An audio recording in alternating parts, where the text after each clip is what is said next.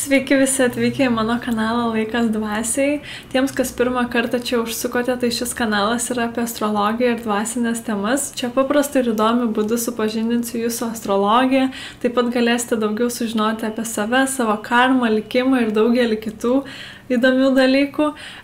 Tiems, kam įdomios šios temos, prašau užprenumeruokite mano kanalą. Taip pat nepamirškite šalia prenumeratos paspausti varpelį, kad nepraleistumėte mano naujų video filmukų, o jeigu manote, kad šios temos galėtų būti įdomios jūsų artimiesiam ir pažįstamim, prašau pasidalinkite mano kanalu, kad ši informacija galėtų pasiekti daugiau žmonių. Dėkoju.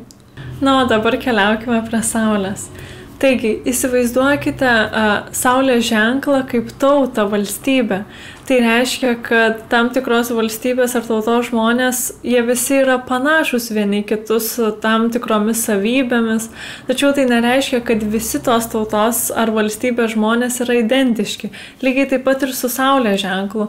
Čia pateiksiu jums apibūdinimą, kuris tiks ko gero 80–90% žmonių, tačiau tai nereiškia, kad visi to Saulės ženklo atstovai yra identiški. Nes gimimo lentelėje asmenybė lemia daugybę aspektų, taškų, planetų ir kitų dalykų.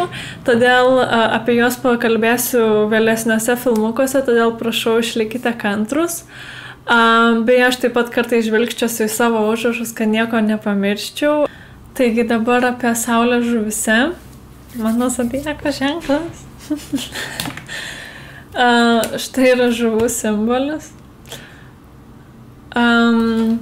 Žuvis yra gimusios tarp vasario 20 ir kovo 21 dienos.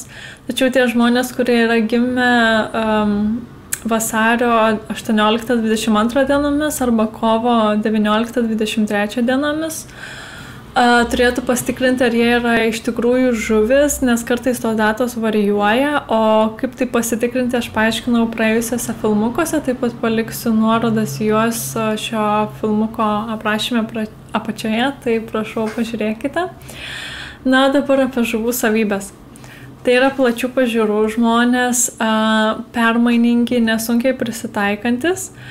Didelę gyvenimo dalį gali praleisti siekdami kitų supratimų, gali idealizuoti savo kančią, dažnai užsisvajoja, išsiblaškia. Žuvims svarbus aukštesnis tikslas gyvenime, prasmė, pasižymi gailestingumu, turi gerą vaizduotę, pasižymi taip pat gerą intuiciją ir gerai jaučia žmonių energetiką. Yra kūrybiški, žuvis yra jautrios kritikai ir kitų jausmams. Jas lengvai sujaudina kitų kančia, žuvims sunku pasakyti ne, čia iš tokių neigiamų savybių. Sunkiai priima realybę, jei ji yra nemaloni. Žuvis mėgsta slėpti savo vidinėme pasaulyje ir mėgsta save guosti. Bet iš savigailos žuvis gali pasisemti iš tikrųjų nemažai energijos. Čia net nežinau, ar teigiama ar neigiama, nes savigaila irgi nėra labai gerai. Kai kuriems iš šalies gali pasirodyti, jog žuvims patinka kentėti ir kartais tai gali būti tiesa, nes iš kančios žuvis pasikrauna kūrybinės energijos. Žuvims sunkiau nei kitiems ženklams prisimti atsakomybę, tai yra svajotojai, linkę į fantazijas. Paprastai žuvis nemėgsta instrukcijų, planų, yra santūrų žmonės.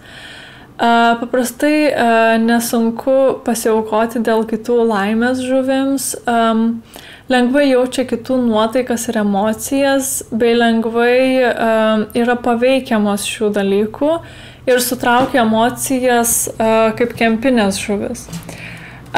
Joms sunku nustatyti ribas įvairiuose dalykuose. Žuvis paprastai domina dvasiniai dalykai, gali domėtis praėjusiais gyvenimais, religija, sugeba giliau suvokti meną. Žuvis lengvai pasiduoda lengviau negu kiti, gal ne lengvai, bet lengviau negu kiti pasiduoda manipuliacijai. Yra romantikės, turi polinkį erotizmą sutapatinti su menu. Žuvis turi polinkį paslaptis, todėl gali tam tikrą savo asmeninės savybės pasilaikyti tik savo, kurių kiti nežino. Santykiuose paprastai nuolankų žmonės mėgsta būti vedami partnerio ar partnerės. Linkę į melancholiją, sugeba sukurti nepaprastai stiprius intimius ryšius su kitais žmonėmis ir tuo pasižymi be žuvų tik tai skorpionai. Tai tiek trumpai apie žuvis ir susitiksime kitose filmukuose. Dėkoju, kad žiūrėjote. Iki.